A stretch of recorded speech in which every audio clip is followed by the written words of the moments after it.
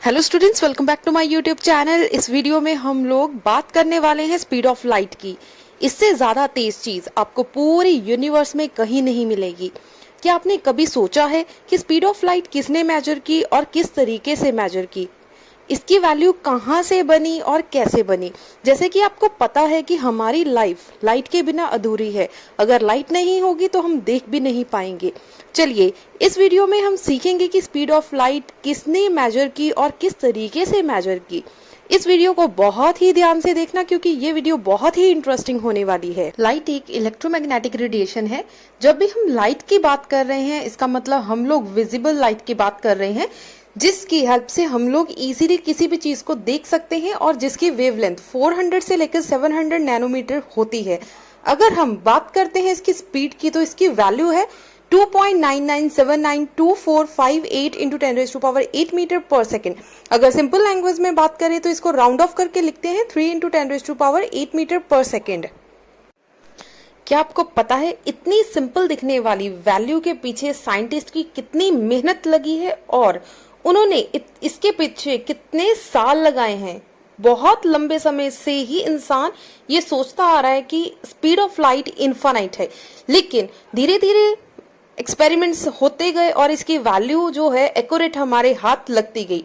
Greek के great philosopher हुए हैं एम्पेडोक्लस। उनका मानना था कि लाइट एक मैटर है और ये भी मूव कर सकती है। अगर ये मूव कर सकती है तो डेफिनेटली इसकी कोई ना कोई वैल्यू होगी, लेकिन उनके पास कोई भी प्रूफ और एक्सपेरिमेंटल वैल्यू ना होने की वजह से उनकी बात पर ज्यादा इंपॉर्टेंस नहीं दी गई।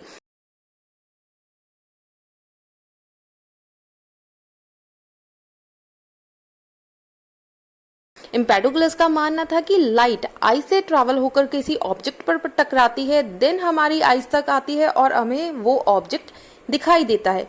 आपको जानकर खुशी होगी कि प्राचीन काल में ही भारत में बहुत सी स्टडी हुई है लाइट को लेकर। अरब के एक मैथमेटिशियन ने कहा कि लाइट आई से ऑब्जेक्ट तक नहीं जाती, बल्कि ऑब्जेक्ट से टकराकर हमारी आई तक आती है, तभी हमें वो ऑब्जेक्ट दिखाई देता है।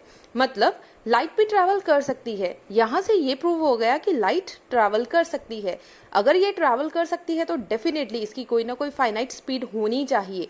अगर इसकी कोई वैल्यू है तो हमें इसकी वैल्यू कैसे पता कर सकते हैं, किस तरीके से पता कर सकते हैं? स्पीड की लाइट पता करने के लिए साइंटिस्ट और मैथमेटिशियन ने बहुत ही कड़ी मेहनत की होगी, लेकिन अभी तक इंसान यही मान रहा था कि लाइट की जो स्पीड है वो इनफाइनाइट है, अनंत है, पर ऐसा नहीं था।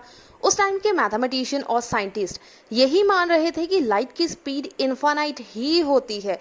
बहुत से साइंटिस्ट ने अपनी लाइफ का बहुत बड़ा हिस्सा इसी रिसर्च में लगा दिया और इन साइंटिस्ट का मानना था कि अगर मान भी लिया जाए कि लाइट की कोई ना कोई वैल्यू है, इसका मतलब इसके पहले जितनी भी थ्योरीज दी गई थी साइंटिस्ट के द्वारा वो सारी की सारी गलत प्रूफ होने वाली थी। स्पीड ऑफ लाइट फाइंड करने के लिए सबसे पहले जो एक्सपेरिमेंट किया गया 1629 में, जो कि एक डच फिलोसोफर थे आइजैक बेकमैन, उन्होंने 1 मील दूर एक ऑब्जर्वर को खड़ा कर दिया और एक कैनल की से निकलने वाले एक गोले की स्पीड को मिरर की हेल्प से मेजर करने की कोशिश की गई। ये एक्सपेरिमेंट इतना फास्ट था कि उन्हें कुछ भी समझ नहीं आया। इसके बाद 1628 में गैलीलियो गैलीली ने एक और एक्सपेरिमेंट किया गया जो सेम इस जैसा ही एक्सपेरिमेंट था।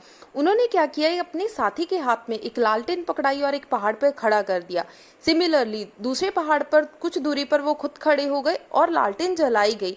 जैसे ही लालटेन जलाई गई दूसरी पहाड़ पर इमीडिएटली लाइट पहुंच गई। पूरा ये एक्सपेरिमेंट इतना ज़्यादा फास्ट था कि उनको भी स्पीड ऑफ लाइट के बारे में कुछ पता नहीं लगा, लेकिन उनको इतना पता लग गया कि अगर उसकी वैल्यू फाइनाइट है तब भी उसकी जो डिस्टेंस है वो बहुत कम ले रहे हैं, इसकी जो डिस्टेंस है वो भी उनको ज़्यादा लेनी होगी। 1676 डेनमार्क के एक एस्ट्रोनॉमर ऑयल रोमर ने अपनी कड़ी मेहनत और लगन के साथ ऐसा कुछ कर दिखाया कि स्पीड ऑफ लाइट को मेजर करने के जो तरीके थे वो बिल्कुल ही बदल गए।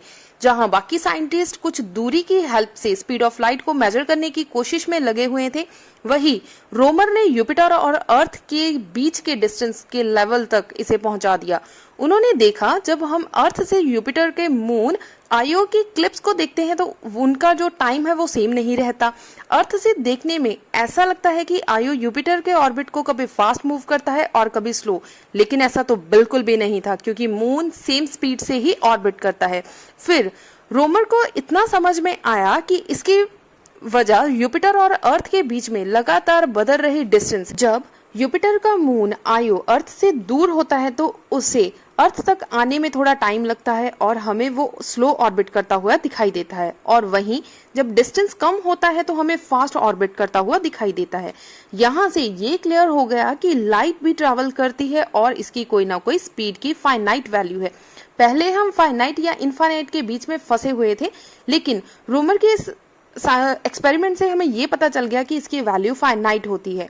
इतनी कड़ी मेहनत के बाद उन्होंने स्पीड ऑफ लाइट की कैलकुलेशन करने में एक कामयाबी हासिल की।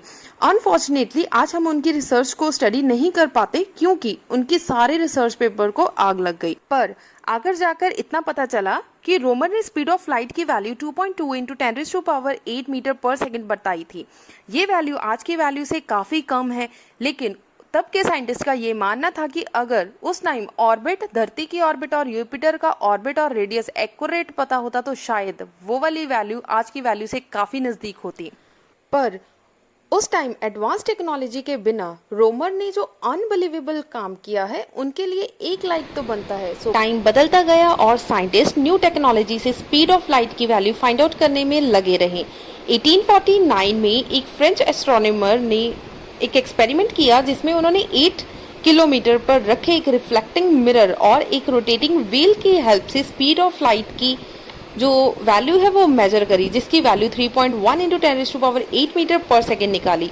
इसके 13 साल बाद आफ्टर 13 ईयर एक और फ्रेंच एस्ट्रोनॉमर थे, लियो फ्यूको, ने एक सिमिलर एक्सपेरिमेंट किया और उन्होंने वैल्यू निकाली 2.98 इंटू 10⁸ मीटर पर सेकेंड। आफ्टर लॉन्ग टाइम एक ऐसा टाइम आया जब इंसानों ने इलेक्ट्रोमैग्नेटिज्म की हेल्प से स्पीड ऑफ लाइट की एग्जैक्ट वैल्यू फाइंड आउट करने की कोशिश करी। 1907 रोजा और डॉर्सी ने इलेक्ट्रोमैग्नेटिज्म की हेल्प से स्पीड ऑफ लाइट की वैल्यू मेजर करी, जिसकी वैल्यू 2.99710 इंटू 10⁸ मीटर पर सेकेंड निकाली। इसके बाद न्यू टेक्नोलॉजीज आती गई और यही वैल्यू और भी एक्यूरेट होती गई।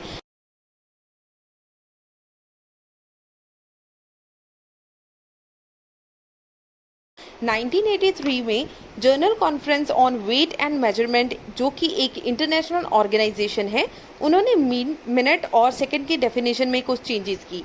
इस चेंजेस के बाद जो स्पीड ऑफ लाइट की एक्यूरेट वैल्यू थी वो 2.99792458 इंटू 10⁸ मीटर पर सेकेंड मानी गई। आज तक भी यही स्पीड ऑफ लाइट मानी जाती है। आप लोग समझ सकते हैं कि स्पीड ऑफ लाइट हमने कहाँ से शुरू करी और कहाँ तक आए। कम से कम 4 साल लग गए, 400 साल लग गए इस पूरी कैलकुलेशन को सॉल्व करते टाइम। सो इस वीडियो को प्लीज़ लाइक करें और शेयर करें। इतना शेयर करें कि हर बच्चे, हर स्टूडेंट को ये पता चले कि स्पीड ऑफ लाइट 3 इंटू 10⁸ कैसे आई, किस तरीके से आई और इसके पीछे साइंटिस्ट की कितनी मेहनत लगी है। Thank you so much.